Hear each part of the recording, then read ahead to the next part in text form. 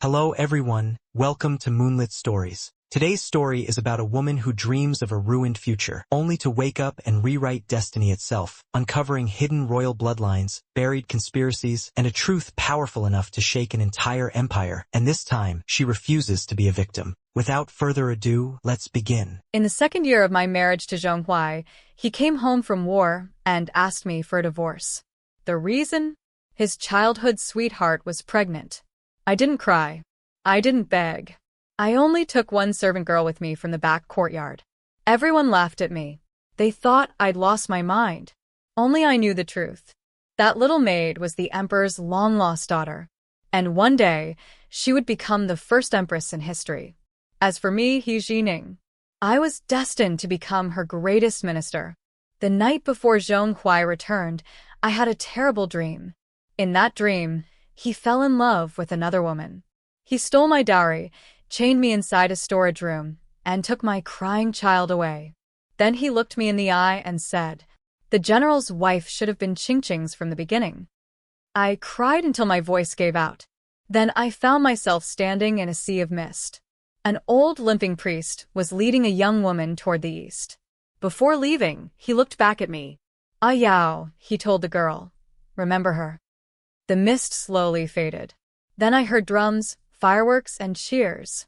A new ruler had taken the throne. A woman. Her name was Ah Yao. I woke up with a gasp. She was pulling open my bed curtains. "Madam, the general returns today. You must have missed him. You're awake earlier than usual." I pressed a hand to my chest. Just a nightmare. Nothing more. Dressed in my finest clothes, I stood outside the manor waiting for Zhong Hui. Then I noticed a young maid standing in the corner. Everyone else looked excited, hoping for rewards from the victorious general. Only she remained calm. "Madam," she suddenly whispered. "The person riding with the general. Is that a woman?" I looked up. Zhong Hui was holding a woman dressed in white. His eyes were full of affection. When they reached the gate, she pouted softly. "It's so high, Huiling. I'm scared." Without hesitation, he lifted her into his arms and carried her down. He walked right past me, didn't even spare me a glance. The servants around us were secretly enjoying the scene. Only that young maid looked at me differently. There was pity in her eyes. And sorrow. I waved her over. "What's her name?" She lowered her head. "This servant is called Ah Yao." My hand froze in midair. The woman he brought home. The wife he ignored. And Ah Yao. Everything was exactly the same as my dream. In that instant I understood. If the dream truly showed my future, then my only chance to change my fate was to hold on to Ah Yao. "You seem clever," I said softly. "Come serve in my chambers from now on." Ah Yao bowed respectfully. "Thank you for your trust, madam." That evening, during the welcome banquet, Zhong Hui finally introduced the woman he had brought back. Her name was Su Qing. She had once saved his life in the northern wilderness. Apparently, he was so grateful that he had gotten her pregnant. "Ah Ning," he said gently, never taking his eyes off Su Qing. "Qingqing saved my life. I want to make her my second wife." I nearly laughed. "The general must be drunk," I said calmly. "Has he forgotten the emperor personally arranged our marriage? I was the only daughter of Marquis Jingyuan. After my father's death, the emperor himself had granted this marriage to comfort me. If you truly wish to repay her, find her a good husband and let her become someone's honored wife." I looked at Su Qing's stomach. "Since she's carrying your child, making her a noble concubine would already be generous." Su Qing immediately burst into tears. Zhong Hui pulled her into his arms and comforted her. Watching them cling to each other made my stomach turn. And suddenly, my dream felt less like a dream. In a single day, Zhong Hui had humiliated me twice. Fine. Then I would leave this house. But asking for a divorce without proof would be impossible. No one would believe I wanted to leave because of a dream. I needed another plan. When I returned to my room, Ah Yao was already waiting. "Madam, please have some calming tea. It will help you sleep." I took a sip. "You can tell I have worries?" Ah Yao smiled. Women have a hard life. Even when they know their husband is changed, they still have to smile and welcome another woman into the house for the sake of their reputation. She looked no older than 15 or 16. Yet her words sounded as if they belonged to someone who had lived 100 years. Can you read? I asked. A little. Do you know accounting? I know some numbers. Before going to bed, I handed her a ledger. Read this when you have time. If you truly have talent, I won't keep you trapped in the inner courtyard. The next morning, she returned with the book. I compared the records with harvest reports and weather patterns from previous years. She looked up. This ledger is fake. I wasn't surprised. An ordinary servant girl could never know such things. Good, I said. From today on, all my estates and businesses are yours to manage. A trace of excitement flashed across her face. And I need you to acquire a medical clinic. Find the best physician you can and make sure that person is loyal to us. Ah Yao suddenly knelt. Thank you for trusting me, madam. I will never disappoint you. Then she raised her eyes and added quietly, but please, don't let love become the chain that stops you from following your heart. For a moment, I felt a chill. It was as though she really had seen me in that dream. As though she had never forgotten the old priest's words. Remember her. Since Su Qing moved into the manor, I had never gone to see her. Zhong Huai was unhappy about it. You're the lady of the house. You should take care of her. I smiled. What if I visit her and something happens? Everyone will blame me. He frowned. Even without seeing you, she's been sick. Su Qing couldn't eat or sleep for a whole month. Even famous doctors couldn't help her. I heard there's a clinic in the capital that's very good at treating women, he said. But they only see noble ladies. Could you invite the doctor in your name? So that was what he really wanted. I picked up a brush right away. Cui Shi, go invite the doctor. Zhong Huai looked surprised. I thought you would. I gave a cold laugh. I would never hurt an innocent child. As I said those words, my heart suddenly ached. I remembered the child from my dream. The crying, the fear, and how I couldn't protect that little life. A trace of guilt appeared on Zhong Huai's face. Ah Ning, thank you. After Qingqing gives birth, I'll spend more time with you. No need. I didn't even want to look at him anymore. He stood there, strangely disappointed. I ignored him and had Su Qing brought over.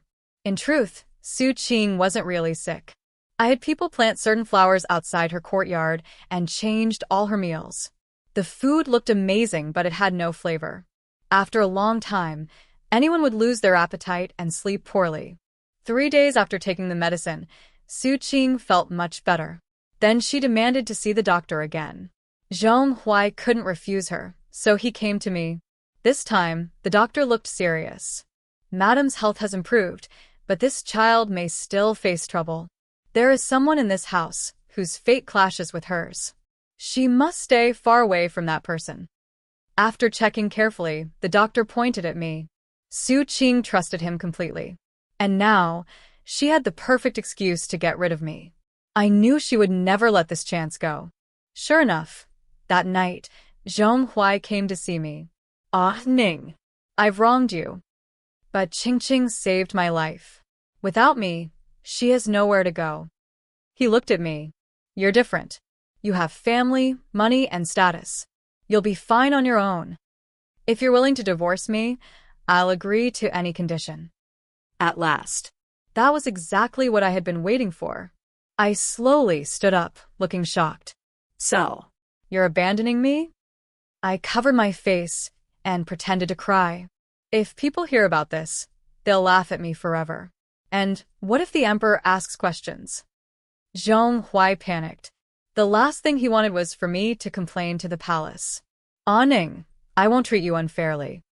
The best estate outside the city is yours. The famous restaurants in the north and south are yours too. Take anything you want from the treasury.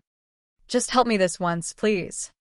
In the end, I signed the divorce papers with tears in my eyes. I agreed only because of our years together. Then I got into my carriage, looking heartbroken. Behind me, Cui Shi and Yao directed the servants. They emptied the entire treasury. By the end of the divorce, Zhong Huai got only one thing, Su Qing, and I got most of his fortune. From inside the carriage, I heard Su Qing screaming, "He Jining, are you taking everything? Leave something behind. Everyone will know what kind of woman you are." She was furious. She had dreamed of living a rich life. Instead, I took almost all of it. I sat in the carriage and smiled. Reputation? You can't see it or touch it. Why should I care? Of all the businesses Zhong Huai gave me, my favorite was Drunken Immortal Pavilion. It stood beside the Yuliang River. From the top floor, you could see the entire capital. I renovated the place and replaced everything with the finest goods. Then I made a new rule. Only important guests were allowed inside. Less than a month later, getting a table there became a symbol of status. I was building a road for Yao, a road back to the palace. "Miss, Zhou Qi is here." I was checking the accounts when Cui Shi came in. Zhou Qi was the Empress's chief eunuch. He loved attention and cared deeply about his reputation. The rules at Drunken Immortal Pavilion were made for one reason: to attract him. When I was little, my mother once said that the Empress had a daughter who supposedly died shortly after birth. But I had my doubts. I believed Yao was that lost princess. I personally welcomed Zhou Qi and gave him several priceless paintings. I made sure he felt important. After that, every time he left the palace, he came to my pavilion. Eventually, we became familiar. At a banquet I prepared for him, he drank too much. Then he leaned close and whispered, "Ah Ning, I'll only tell you this. The baby who died back then wasn't the princess. The real princess had a crescent-shaped birthmark on her shoulder. Someone switched the babies." That night, I called Yao into my room. "Cui Shi, guard the door." Then I looked at Yao. "Untie your robe." She looked confused but obeyed. As the cloth slipped from her shoulder, I saw it. A reddish-brown crescent mark. On her left shoulder. Under the candlelight, it looked like a streak of blood. I immediately knelt. "He Jining greets your highness, the princess." Yao quickly helped me up. "Sister Ning, you don't need to kneel." I looked at her in shock. "You knew all along?" Yao handed me a cup of hot tea. Only after I drank it did she finally tell me the truth. I lived in a brothel until I was 6. Then my mother sent me to the Zhong family as a servant. She said it was my only chance to change my fate. I worked there for 10 years. Then Madam He died, and I was thrown out. That's when I met the commander of the city guards. He took me in. He said my face looked too much like my mother's. If the wrong people saw me, I would die. He wanted to take me to the northern border to find my grandfather. He said only my grandfather could protect me. But before we got there, we were ambushed. The commander died. The women who raised me died too. Before he passed away, he told me the truth. I was supposed to be the crown princess of Great Liang. I thought I had died too. But then I had a strange dream. An old priest led me forward. We passed a woman who looked broken and hopeless. He told me, "Remember her. One day, she will help you." When I opened my eyes again, I was back in the Zhong family. Everyone said the general had returned. I went outside with the others. "And I saw you."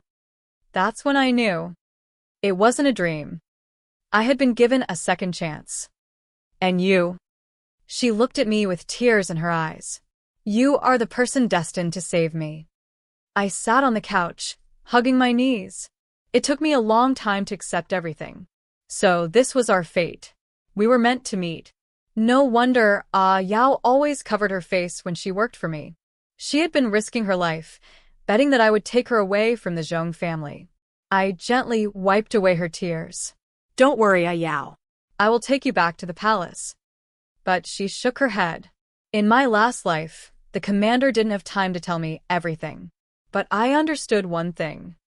The person who wants me dead is inside the palace. She was right. Now was not the time to return. In fact, as few people as possible should know she even existed. A few days later, Zhou Qi brought some pastries I had made to the Empress. She loved them and summoned me to the palace. It was the middle of summer. Yet the Empress wore a padded jacket. "My health is poor," she said softly. "I rarely have an appetite. But I like your pastries very much." She coughed after almost every sentence. I opened the food box and handed her a red crescent-shaped pastry. "I made this especially for your majesty. Rose honey cakes." She took 2 bites. Suddenly, her eyes turned red. Then she started coughing again. "Ah, Ning. Let me look at you." I raised my head and smiled. Tears rolled down her face. "I've been sick for years. I couldn't protect you. You suffered so much in the Zhong family." My eyes grew wet too. The Empress and my mother had been best friends. They grew up together and came to the capital together. "Ah, Ning, take good care of yourself. If you ever need anything, come to me. Only then will your mother rest in peace." I fought back my tears and nodded. At that moment I understood. The Empress already knew. She knew the princess was with me, and she was entrusting her daughter to me. "Don't worry, Your Majesty. I'm doing well. And whenever you want these rose cakes, just send for me." For myself, for my mother, and for the Empress, who loved my mother like a sister, I would protect Ah Yao with everything I had. After leaving the palace, I finally understood something. The person who wanted Ah Yao dead was someone even the Empress could not fight. And in this palace, there was only one person above the Empress, the Emperor. But I couldn't understand it. He truly loved the Empress. Even though she had been ill for years, no one dared disrespect her because of his devotion. And he had always treated me kindly. After my father died, he looked after me many times. Even after my divorce, no one dared gossip about me because of him. Then I remembered Ah Yao's words. "Only my grandfather can protect me." Suddenly, everything became clear. The Emperor wasn't afraid of Ah Yao. He was afraid of her grandfather, the old General Qin, the hero who guarded the northern border, the man known as the backbone of Great Liang. I sent Cui Shi north in disguise to find General Qin and tell him that Ah Yao was alive. Then I asked Ah Yao, "The commander of the city guards died trying to save you. Do you trust him?" She nodded without hesitation. "Yes." Even at the end, he never regretted saving me. I took a deep breath. Then we need to find him. He may be the key to the truth. I spread the news across the capital. Drunken Immortal Pavilion would hold a martial arts competition. The winner would receive free lifetime access to the pavilion, and a legendary sword once gifted by the late emperor. The sword had belonged to my father, and it was also the perfect bait. Since taking over the pavilion, everyone praised my business skills. No one suspected a thing. On the final day of the competition, the commander arrived. Just as I expected, he defeated everyone. I smiled. "Commander Zhao, please come upstairs with me to receive your prize." I pushed open the door. Ah Yao was already waiting inside. When Commander Zhao saw Ah Yao, he froze. "You? Why are you here?" With tears in her eyes, Ah Yao knelt. "Thank you for saving my life." He looked shocked and quickly helped her up. "I don't deserve your thanks." I smiled. "Commander Zhao, we already know everything. Ah Yao wanted to thank you in person. And I want to know one thing. Why did someone want her dead?" He stayed silent. I looked at him. "Even if you don't say it, I can guess. This has something to do with General Qin, doesn't it?"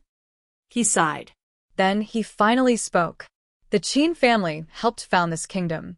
Their power and reputation are unmatched. The emperor married a daughter of the Qin family and gained the throne. He is grateful to them, but he also fears them. When the crown princess was born, I was the captain of the palace guards. The emperor secretly ordered me to kill her. I came from the battlefield. I know better than anyone that without the Qin family guarding the border, this kingdom would still be in chaos. I couldn't kill the blood of the Qin family. So I found a stillborn baby and secretly switched them. I sent the princess away and hoped she could survive." The room fell silent. Yao stood by the window and looked at the setting sun. Then she smiled sadly. But I'm only a woman. Why would he fear me? I took a deep breath. There was a secret my father once told me. A secret that could cost a life. Because the founder of this kingdom was a woman. And the general who fought beside her was a horse trainer from the grasslands. Her family name was Qin. Yao and Commander Zhao stared at me in shock. Very few people knew this truth. Probably only the He family and the Qin family. The founding emperor once left an order. The throne should pass to the first child of the direct bloodline, whether male or female. But after her death, people erased those words. They changed history. They erased her legacy. I looked at Yao. You are the first child. And you carry the Qin bloodline. That is why the emperor fears you. A tear rolled down Yao's face. She wiped it away and smiled. If that's the case, then let's restore the truth. And take back the throne that belongs to me. After she spoke, Commander Zhao picked up a cup of wine. I only follow justice. If the princess can bring peace and become a wise ruler, then I will follow her to the end. Yao poured herself a drink and looked at me. Sister Aning, what about you? I raised my cup and smiled. Do you really think my dream ends with a few businesses? For generations, women were never weaker than men, but they were trapped by old rules, locked inside courtyards, worrying about clothes today, thinking about marriage tomorrow. Even when they learned music, painting, and wisdom, it was only to become a better bride. The founding emperor gave people peace, but she also gave hope to countless women. That light was later extinguished. Now Yao and I would light that candle again, even if its flame was small. When Cui returned from the northern border, she handed me a letter with tears in her eyes. I opened it. I recognized the handwriting immediately. It was my father's. As I read it, my hands began to shake. My father had been murdered. Everyone thought he died in battle, but the truth was far crueler. The emperor had ordered his death. In the letter, my father wrote, "If I must die, let me die on the battlefield. At least my body can inspire the soldiers. My only regret is leaving my daughter behind. I hope General Qin will look after Aning." I sat by the window until night fell. My tears had dried, but my heart still hurt. Back then, I wanted to go to the border with my father. The emperor refused. He said I was a young woman and should not suffer there. Now I finally understood. I had been a hostage. My father died to protect me. The emperor gained a reputation for kindness. He removed a powerful general. And he silenced another person who knew the secret of the royal succession. 3 goals with 1 move. What a cruel plan. When Yao came in, the letter was still on the table. She picked it up and read it quickly. Sister Aning, if you want revenge, don't worry about me. I hesitated. But he is still your father. I was afraid this would hurt our friendship. Yao gave a soft laugh. The one who gives birth to you is your mother. The one who raises you is your father. The one who protects you is your family. The woman who gave birth to me cried for me. The people who raised me died, protecting me. The people who protected me weren't even related to me. As for him, he never raised me. He never protected me. In my last life, he even sent people after those who cared for me. To me, he is an enemy too. I didn't expect her to see things so clearly. Then I remembered. She had already lived through 1 lifetime. She knew which feelings were real and which were only chains. I looked at her. Then we need a new plan. At first, I wanted her to reveal her identity during the battle for the throne. I wanted the emperor to choose her as his successor. But not anymore. Now. I wanted to force a change of ruler. We disguised ourselves as porters and joined a merchant caravan to the northern border. It was the first time I had ever truly seen the vast lands of the north. My mother once told me about it when I was young. Only when I saw it myself did I understand. Endless wind, endless sand, a wild, empty horizon, and a silence that never ends. Kings sit in palaces, eating fine food and wearing silk. They are worshipped by all. Yet they doubt the very people who built their throne. They never stood in the cold night to guard the border, never used their bodies to block blades, never risked their lives for the land behind them. Suddenly, I understood what Commander Zhao once meant. A soldier can never easily harm the Qin family. When we delivered the goods to the Qin estate, the old general was training new soldiers in full armor. Yao's eyes turned red instantly. I pulled her lightly and followed the caravan into the back courtyard. Inside, the old madam was sitting with maidservants and young women, sewing clothes. "We're free anyway," she said gently. "If we make more clothes, the court can save some money." We stayed at the Qin estate with the caravan. The leader said, "General Qin treats us kindly. He gave us rooms here. Why waste money at an inn?" That night, Yao and I knocked on the old madam's door. This story is produced exclusively by the YouTube channel Moonlit Stories. If you enjoyed it, don't forget to subscribe. The door opened. The old general was already waiting in the hall. "You've grown up good." His voice trembled. The old madam covered her face and cried. "My child, thank goodness you're alive." The three of them held each other and cried for a long time. After Yao explained everything, the old madam slammed her fist on the table. "There is no such thing as repaying kindness with betrayal.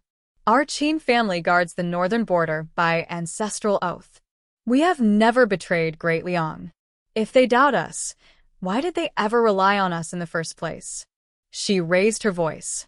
"Call the generals here." Soon, several Qin generals arrived. Tall, steady, and battle-hardened. I couldn't help but admire them. Truly a family of warriors. The old madam looked at them. "You know what happened to my daughter. She cried for years and ruined her health over this child. And now this child stands before you. What will you do?" Without hesitation, they answered together. "The Qin family serves Great Liang. But we will never become the emperor's blind blades." The Qin family had deep roots. Most of the army originally came from Qin forces. With General Qin's command, nearby military camps quickly agreed to rise. The city patrol army was under Commander Zhao. When the time came, he only needed to open the gates. The main army could split through hidden routes and surround the palace. The only problem now was the imperial guards inside the palace. I went to see the Empress. After sending everyone out, I told her everything from General Qin's side and Yao's words. "Your Majesty, he is your husband. If you don't want to be involved, I understand." The Empress smiled softly. "No. Leave the palace to me. I will lead the guards myself and meet you inside the palace." I had almost forgotten. She was the daughter of a military family, raised in the cold winds of the north and on horseback. My child wants to do this. As a mother, I will not stand aside. As for marriage, that bond was already gone long ago. Years of suspicion have burned it away. Beyond military forces, there were still private troops from noble families and Zhong Huai's Western Mountain Army. His army was large and close to the capital. We needed to keep him busy. I called the doctor from the clinic. He had been treating Su Qing's pregnancy. "How is her condition now? When will she give birth?" "In about 2 months. The fetus is stable." I calculated the time. 2 months later would be the autumn festival banquet in the palace. "Make sure she gives birth on that day," I said calmly. "Preferably at night. As long as the child is safe, make the process last as long as possible." The autumn banquet was the perfect moment. Everyone would be in the palace. On the Double Ninth Festival, I gave away treasures from the Zhong estate to some regular guests. Soon, Zhong Huai heard about it and rushed to the marquis residence. He was furious. "He Xining, those are Zhong family heirlooms. You just gave them away to those spoiled noblemen? They only drink and waste their lives. They don't understand art at all. What a waste." I smiled. "It doesn't matter. They're not mine anyway." He sneered. "You think just because you divorced and moved back to the marquis residence, you're still some noble lady? This place is empty. Your father is gone. No heir, no real power left. One day you'll regret this." Something about his words felt off. Even I only learned my father's true death from his letter to General Qin. Outsiders all believed the emperor still honored our family. So how did Zhong Huai know the Marquis house was already powerless? I looked at him. If there is no heir, then what am I? He laughed coldly. A woman. Do you think you'll never marry again? One day you'll still carry another man's surname. You are not what you used to be. And someone like you is no longer worthy of me. If your future husband wants a job, I might even give him a tiny post as a favor. He laughed loudly and walked away, as if my future was already doomed. I replayed his words over and over. After my father died, the emperor arranged my marriage with Zhong Huai, a rising officer from that battle. After marriage, he was promoted quickly. At the time, everyone thought it was thanks to me, but now it looked more like a reward. If that was true, then did my father's death have something to do with him? And when I threatened him with the royal marriage during our divorce, he wasn't afraid of the emperor blaming him for losing me. He was afraid of the emperor blaming him for failing to watch me. The emperor never cared about me. No wonder in my dream, Zhong Huai treated me so badly. A cold sweat ran down my back. Luckily, after the divorce, I stayed in the shadows managing businesses. Drunken Immortal Pavilion. The estates. No one noticed anything unusual. And thankfully, the Empress had been too sick to attend court events for years. Zhong Huai had never met her. That was the only reason Yao was still alive. Fireworks lit up the capital that night. Inside the palace, everything looked peaceful and joyful. But in the shadows, archers were already in position, waiting. When the fireworks faded, the Empress arrived in formal dress. The Emperor was delighted. What a good omen for the harvest festival. Even the Empress looks healthier today. The Empress smiled faintly. I heard there are many interesting performances tonight. I came to take a look. The Emperor helped her sit down. Let's see what everyone has prepared. Commander Zhao stood up first. Your Majesty, I found a beautiful song recently. I brought the singer here. Yao stepped forward. She sang. Her voice was soft, clear, and steady. The Empress liked it immediately. Take off your veil. Let me see you. Yao slowly removed it. The moment she lifted her eyes, the Emperor froze. He stood up so fast he nearly fell. He stared at her, then at the Empress. This girl, she looks so much like the Empress. What a coincidence. His smile was forced. Yao knelt. Your daughter greets your Majesty. I prepared a performance today called Mulan Goes to War. Do you like it? The Emperor staggered back. Guards, arrest this madwoman. But before the guards could move, the Empress suddenly clutched her waist. In her hand was a dagger.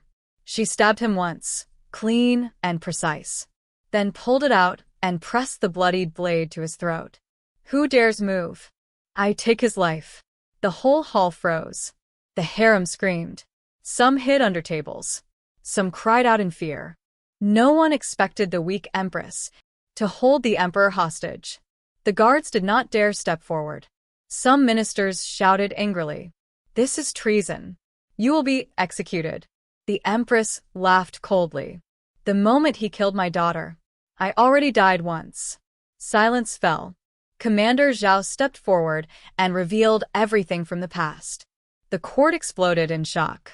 After a long pause, someone muttered, "She was only a princess, not a prince. Why go this far?" Another voice added, "A princess is still just a woman." I walked out slowly. My question is, what's wrong with being a woman? The hall turned to me. So many of you look down on women. But do you even know the truth? This peace you live in today was built by two women. One was the founding emperor of Great Liang. Yes. The first emperor was not a man, as history says. The other was from the Qin family. And now, who remembers them? Their names were erased by their own descendants. I turned to the emperor. I don't think you expected me to know this. These were secrets meant to kill anyone who spoke them. But my father once told me, someone must remember the truth. I am a he-daughter, so I carry that burden. The emperor forced himself to stand. You've lost your mind. After everything I gave you, this is how you repay me? I stared at him. If the He family didn't know the truth, why did you kill my father? His face changed instantly. You won't admit it? Fine. I have witnesses. Zhong Huai was brought forward. Before I even spoke, he confessed everything. The imperial order could not be disobeyed. I killed the Marquis, but I always felt guilty. A general laughed bitterly. Guilty? You enjoyed the power. The emperor sneered. I am the emperor. Everything in this world belongs to me. If I want someone dead, so be it.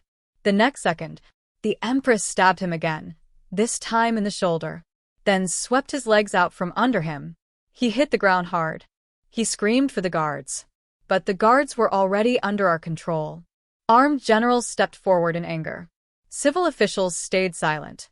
No one defended him. His voice grew weaker. And for the first time, the emperor cried. The empress looked at the emperor. After all these years, did you ever feel anything for me? He already knew it was over. Still, he asked. Her voice was cold. From the day you sent people to kill my child, I only had hatred left. The emperor gave a bitter smile. Then I deserved it. He sat up weakly. I only regret one thing. Why I ever fell in love with you. If I hadn't cared about your health, the Qin family would have been destroyed long ago. The empress nodded calmly. I already knew. The moment I guessed you were behind my child's death, I understood your fear would only grow. And in the end, you would destroy the Qin family. So I pretended to be sick. I used your feelings to protect my family. She spoke without emotion. Not to a husband, but to a stranger. The emperor closed his eyes. So be it. I broke the laws of my ancestors. I deserve this end. Later, in front of all the ministers, he wrote the abdication decree. Then he handed over the imperial seal. Take it, give it to your child. The empress looked at him. Our child. She can inherit the throne because she is the legitimate princess of Great Liang.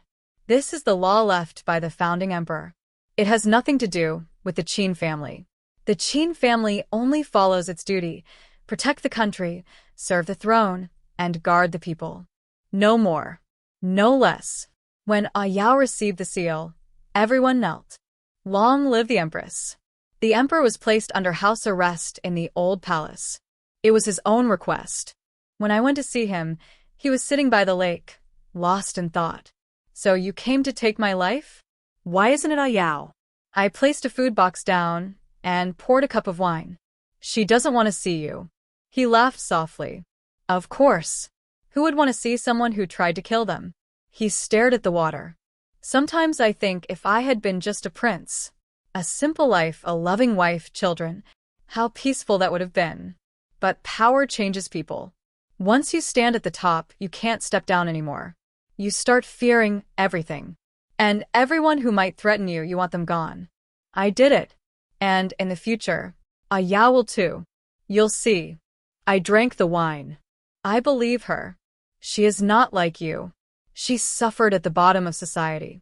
She saw women in brothels forced to smile just to survive. She saw families selling children just to buy food. She worked, she starved, she was humiliated, she was punished for nothing. She understands people better than you ever will. She knows what justice means. So no, she will never become like you. He froze. She suffered that much? Then he murmured. This place was once my happiest time. The Empress used to take care of everything here. She once said if we had a child, she would plant a locust tree and watch it grow with them. I said nothing more and left. That night, she brought news. The former emperor had died. On the day Yao ascended the throne, drums and firecrackers filled the capital. I went to my father's tomb with a food basket. It was only a cenotaph. His body had been lost on the battlefield. Father, I have avenged you. Soon, the truth you protected will be revealed to the world. The wine I gave the emperor earlier was poisoned. I had ended it myself. Only then could I truly let go. She soon arrived with Zhong Huai. She kicked him down. 跪下. Apologize to the Marquis.